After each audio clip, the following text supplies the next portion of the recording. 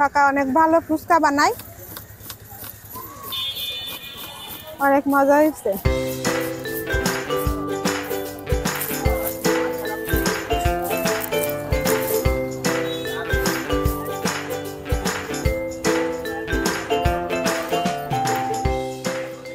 বাড়ি বসে বসে ভালো লাগতেছিল না, তাই বাজারে আসলাম।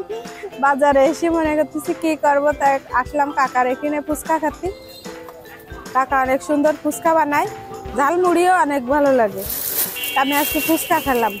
সরকারি কাজ জায়গার পর বসি এই 2 ঘন্টা 3 ঘন্টা পিছা কিনা করি, তার ভালো হয়, সারাদিন খালি হয় না। আবার আমি বাবুর্চির কাজও করি, বিড়ায় বিভিন্ন জায়গায় বাবুর্চির কাজ করি।